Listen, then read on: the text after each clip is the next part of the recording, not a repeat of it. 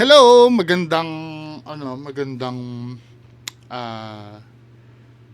magandang hapon. So, pag-uusapan natin yung nag-viral na biker sa MOA. Yung merong sinuntok, no?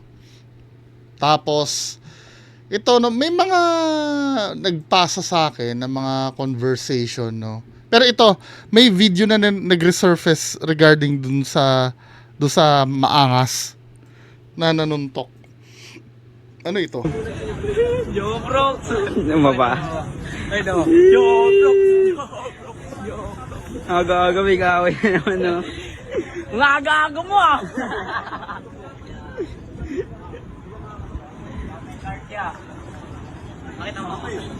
Gago. So, medyo maangas pala daw. Pero feeling ko parang wala namang ano doon, kaangasan doon. Yo, bro. Ano ba? Ay, no. Yo, bro. May kaangasan ba? Mukhang ano lang, medyo siguro masama na rin ang tingin natin kasi dito kasi nga doon sa inaction niya, no? Then merong may nagpasa sa akin nung convo, no? Ito yung context daw noon no, sa MOA. Sabi daw, so the context here was during the night ride with my group na encounter namin sila sa MOA. Tapos nang laser sila. Tapos pinag-iinitan niya na minura ko daw siya. Sino nagsabi minura ko daw siya?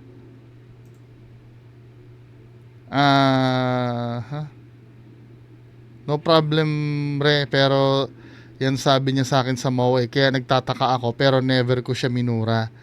Yung mga katabi, yun nga, katabi pa ako nyon, pero wala naman akong narinig na, hoy putang ina mo, wag ka mag-laser. Sila Kuya Mike, Kuya Owen, Kuya Bok, Kuya Ray, ang laki ng respeto ko, tol, kasi sila nag-inspire sa akin mag-fixie, tas ganito encounter ko sa kanya. So parang minura daw. Yun ang... Pero meron naman akong nababasa. Sino ba nagpasa sa akin? No? Hindi ko maintindihan. Ito mga convo kasi na to, wala namang pinangalanan eh. Pero may narinig ako mga name, no? Yung Owen o kung sino man yun. Pero doon tayo sa official na nangyari, ha? Kasi may mga nagpasa pa sa akin ng convo eh. Ano ba to?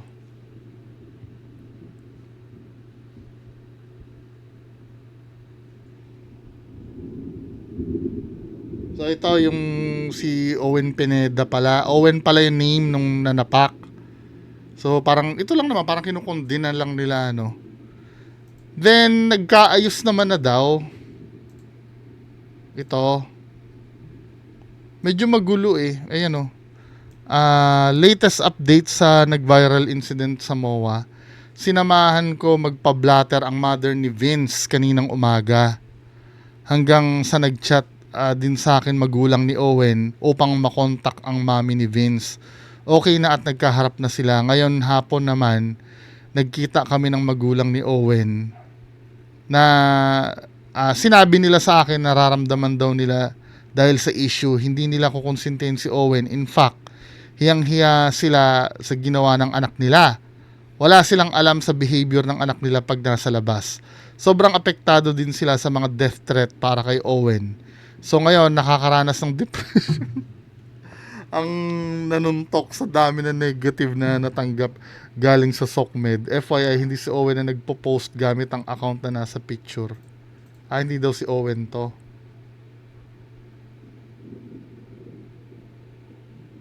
Wag naman nyo sanang damay mga tropa at pamilya ko. Wala silang kinalaman dito. Quit bike naman. Hindi daw si Owen to. Madam, hindi yan po. Hindi po anak ko yan. May gawa na yan. Sige, dagdag ko sa post. Maraming salamat. Hindi daw po siya yan. Actually, maraming ganito eh. Yung naalala niyo yung tomboy na nambugbog ng bata. May gumawa din ng peking account nun eh. Na nagpo-post din ng kung ano. Sinasamantala nila yung pagka-trending, no? Meron naman akong version na basa. Hindi ko na mahanap yung convo eh.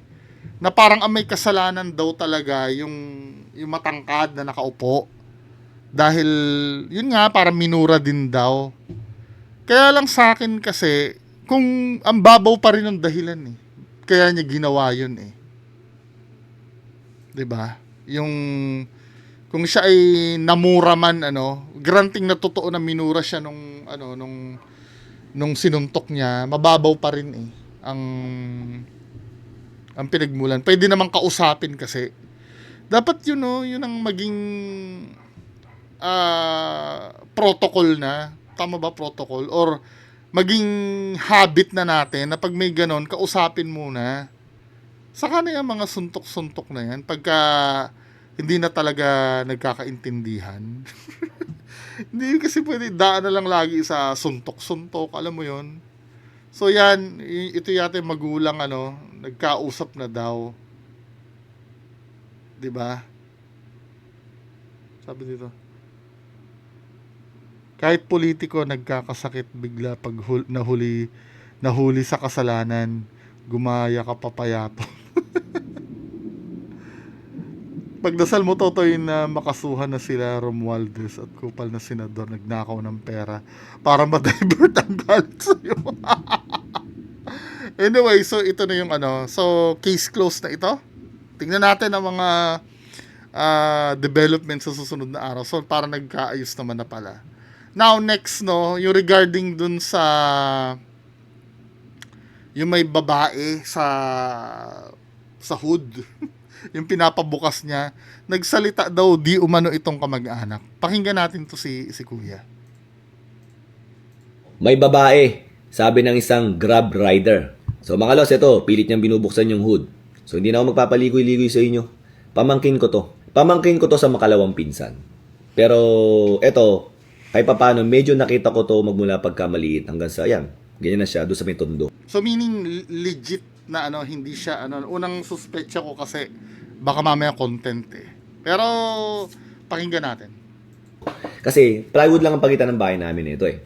So bakit ako gumawa ng video? Kasi humingi ng tulong sa akin yung nanay niya. Kahapon nakita ko nag-post yung nanay niya na hindi adik ang anak ko, hindi baliw ang anak ko, depressed at anxiety lang siya kaya siya nakapag-hallucinate. Hindi ko alam kung ano nangyari. So iniisip ko, sino ba doon? Kasi dalawa ang anak niya eh. Kinagabihan, nag-message sa akin ng nanay niya humingi ng tulong. And then sabi ko, ano ba yung totoong nangyari? Akala ko may nakaaway lang. So, pinakita niya sa akin yung ganito, yung link na nagbabiral na nga daw yung si Bulik. Yan. So, sabi ko, anong gusto mong gawin ko, ate? Siguro, sabi niya, maging boses, ganito, para may paliwanag kahit papano. Kasi, masyado nang nadadaw niya tato si Bulik. Siyempre naman, kahit sino naman, di ba? Sabi ko, ate, alam mo naman ng mundo, may pagka-judgmental din. Kaya medyo kailangan matibay tayo dyan. So, para sa kapanatagan din ng loob nyo, and siyempre, sa kapanatagan ng loob, mas mahalaga ng mismong si Bulik, yung Grab rider, kasi siya yung mas may problema ang dinadanas. Okay? Pero salamat do sa driver pala na-handle mo ng maayos to, ikaw yung nasa matinong Oh, very good nga din. Ako din yun din na comment ko din eh. Hindi sila yung although na sabi babarilin kita or nakapagsalita na baliw or pero okay na yon kaysa babain niya yon. Siyempre, hindi mo rin naman kasi masisi yung driver. Paano kung modus yan, di ba? Hindi naman nila kilala yung biglang nag-a-attempt na magbukas ng nila ng hood nila eh. 'Di ba? Okay lang yung ginawa okay na yun, passable na yun yung ginawa nung kung may panghuhusga man sa part nung driver, hindi mo masisi yun. Paano kung totoong modus, 'di ba? kaisipan and hindi nasaktan yung pamangkin namin. Kahit sino naman mag-react ng ganun eh. Oo. Pero manong driver, maraming salamat kasi iniwasan mo pa rin. Ilang beses kang hinarang-harangan, di ba? Oo. Pero sobrang salamat sa'yo na hindi mo sinaktan yung pamangkin namin, okay? Ang unang tanong dito is anxiety ba? Depression ba ang dahilan? Yes. Mamaya ipapaliwanag ko sa inyo kung bakit. Pangalawa, addict ba siya? No. Yun ang pagkakakilala ko sa kanya. Pero siyempre, tinanong ko rin yung nanay, ate, yan ba si Bulik? Natutubang lumaro ng yan? Ng droga yan? Ganyan. Tinanong ko mabuti. Sabi niya, kilala mo yung anak ko. Hindi yan. Talagang na-depress lang yan. Alam Pero kasi sometimes, may mga galawan din ng anak na hindi alam ng nanay eh. Who knows, di ba? Pero kung masasabi dito na clinically diagnosed, baka totoo nga. mo naman yung pinagdaanan yan. Yes, alam ko. Okay? So, ako, Personally, anong pagkakakilala ko sa kanya? Yung parang taong goofy yan eh. Yung pag inasar mo, binuli mo, yung matatawa lang, tatawanan ka. Medyo kengkoy. Actually, meron liga sa amin, mga half court, top court. Pag nakikita ko lumaro yan, minsan tawag ko nga dyan, pamangkito. Kasi pamangkin ko na bangkito, 'di ba? Kasi medyo kengkoy nga lumaro eh. Yun ang nakikita ko sa kanya. So, wala sa kanya yung yung personality ng pagiging maangas. Yung pagiging pag inasar mo, yung magagaya sa'yo, asarin ka rin. Wala siyang ganun. Hindi ganun ang personality niya. Goofy ang personality niya, okay? Pero syempre, hindi ko naman sabihin na sobrang mabait siya. Okay? Kasi hindi ko naman nakasama palagi yan. Pero I will tell you kung ano yung napoportray ko pag naalala ko si Bulik. About sa depression, mga lods. Bakit nga ba na-depress to? Pinaalam ko din to kung okay lang na ipaalam sa inyo. So, nagsimula daw yan noong time Para maintindihan din ng mga tao. na nagkakaroon sila ng problema ng ng partner niya. Which is alam ko naman yun, ng kalibin partner niya. Medyo na trauma kasi siya doon. Hindi ko na i-detalye kung bakit. Pero habang nangyayari yun, unti-unti niya nakikitang namamatay yung tatay niya. Yung pinsan ko talaga. Okay, yun yung pinsan makalawa ko, si Kuya Box. Unti-unti namamatay. And then parang something sa bituka yata yung problema eh. And actually, sa bahay daw, parang nagkakalat na ng dumi at kulay itim na nga daw sa sobrang lason na lason na yung katawan. At saka during that time mga lods alam ko, Pag itim ang dumi, ibig sabihin blood yun ha. Pagka ganun yung pupo nyo itim, magpa-check up kayo. Pwedeng ulcer, yung may bleeding kasi yun na nadadigest kasi nagiging kulay itim. Pag fresh blood naman, ibig sabihin below yun sa may sa pwedeng almoranas, 'di ba? Ayoko magsabi na negative pero usually ganun yun eh. Pagka dito ulcer, kulay itim yung dugo kasi nadadigest nga yung dugo. Pero pagdating sa lower part, fresh blood. 'Di ba? Pa-check up kayo kapag nakakaranas. hiwalay na si Kuya Bogs doon sa may nanay nito. Kaya wala na yung nanay niya doon sa may bahay namin sa Tondo. So ngayon, nung nagkasakit, kudos kay Ate Malu, yung tumawag sa akin, bumalik siya ron para alagaan pa rin sa mga huling araw yung pinsan ko. So unti-unting namamatay yung tatay niya habang may problema siya doon sa may kalibin partner niya. So ngayon, ang parang tumatayong parang magulang niya ron o yung sinasandalan niya ron is yung kapatid ni Kuya Bog, si Ate Lala. Pinsan ko din yun, yung tita niya. Pero eto mabigat kasi mga los eh. So yung, siguro yung nanay niya umalis na ulit doon kasi hindi na nga doon nakatira. Wala pang 40 days yung pinsan kong lalaki, si Kuya Bogs. Biglang namatay si Ate Lala. Yun yung isa sa kinagulat namin lahat. Biglang inatake. Biglang nawala lahat sa kanya. Yun na lang yung katangit-tanging parang sinasandalan niya. Kasi yung lola naman niya matagal nang wala. Tapos kamamatay lang ng ng tatay niya. Hindi ko alam kung ano na nangyari sa kanya ng kalibin partner niya. May anak sila nun Tapos, yung sinasandalan niya na pinsan ko din, si Ate Lala, na parang tumatay yung nanay sa kanya, biglang nawala. So, yun yung mga traumang nangyari sa kanyang tuloy-tuloy. And actually mga lods may depression at anxiety na nga daw siya. So, pinapainom siya ng gamot. Pero yung hallucination na ganito nangyari, first time to.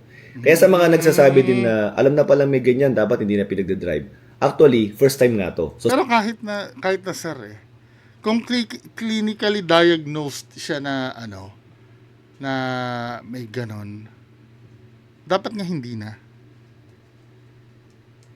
'Di ba? Yun lang kahit pasabihin mo na ngayon lang nangyari yan, clinically diagnosed na kasi anytime kasi pwede mangyari yan kung na-explain ng doktor. 'Di ba? Ang masama kasi niyan, sa bagay, hindi naman siya yung parang angkas na grab siya na food, di ba? Mas masama kung siya, yung nag-aangkas siya. Yung grab taxi ba ito? Hindi may box siya Pero kung grab taxi siya, hindi pwede, nagkakarga siya ng pasahero. Kahit pa sabihin mong hindi pa nangyayari sa kanya yon, pwede kasing, alam mo na, di ba? Dapat pinatigil muna. Or kahit pa sabihin mong grab delivery siya kasi may mga kasama siya sa sa kalsada Katulad niyan, yan nangyari na ganyan. Hindi mo, yung ganun pa rin Alam nyo kasi na may diagnosis na 'Di ba? Siguro pinagtinda nyo na lang sana yan ng, ng mga, yung karinderya. Hindi yung ganyan kasi yan diba? Tapos make sure nyo ba na yung gamot tuloy-tuloy? sinabi ko rin, sinuggest ko din sa kanila na humanap muna ng ibang pagkakakitaan. Oo, yun. 'di ba? leak. And also, kahit yung pagmumotor, iwasan muna. Baka mamaya biglang huminto sa ano yan, kahit na kunwari, pan-transpo lang Tapos truck yung nasa harap, 'di ba? niya. Biglang huminto yan, biglang makadisgrasya o siya mismo madisgrasya, di ba? So, kumbaga parang try mo nang gamutin ng fully bago siya makapaghanap buhay, okay? Para hindi rin tayo makadisgrasya ng ibang tao. Sabihin, hindi kasi yan lang ang alam na hanap buhay eh. Anong gagawin niyo? Isusugal niyo yan, di ba? Paano nga kung wag naman sana may mangyaring hindi maganda? Mas lalo yung pagsisisihan yun, mga men, di ba? Tao. And hopefully mga lods kahit pa paano nagkaroon ng konting kaliwanagan to. At feeling ko naman, siyempre bilang tito niya na tumatayo sa harapan para sa kanya, yung ibang tao nga nagagawan ko ng video siya pa kaya, di ba? So, siguro naman kahit pa paano ma-feel niya yung safety na nandito kami para sa kanya. And of course, kahit pa paano, dahil nakapagsalita ako, kahit pa paano, may mga taong maliliwanagan na, and medyo kukunti yung pagiging judgmental natin, kahit pa paano, mababawasan yung pagka-down niya. As of now, feeling ko yun yung kaya kong gawin na may tulong sa kanya, di ba? And siguro Kaya lang, pag tingnan nga natin LTO, na show cause ba ito? Baka maging grounds yun para ma-revoke yung license. Don't know kung paano, tingnan natin land transportation.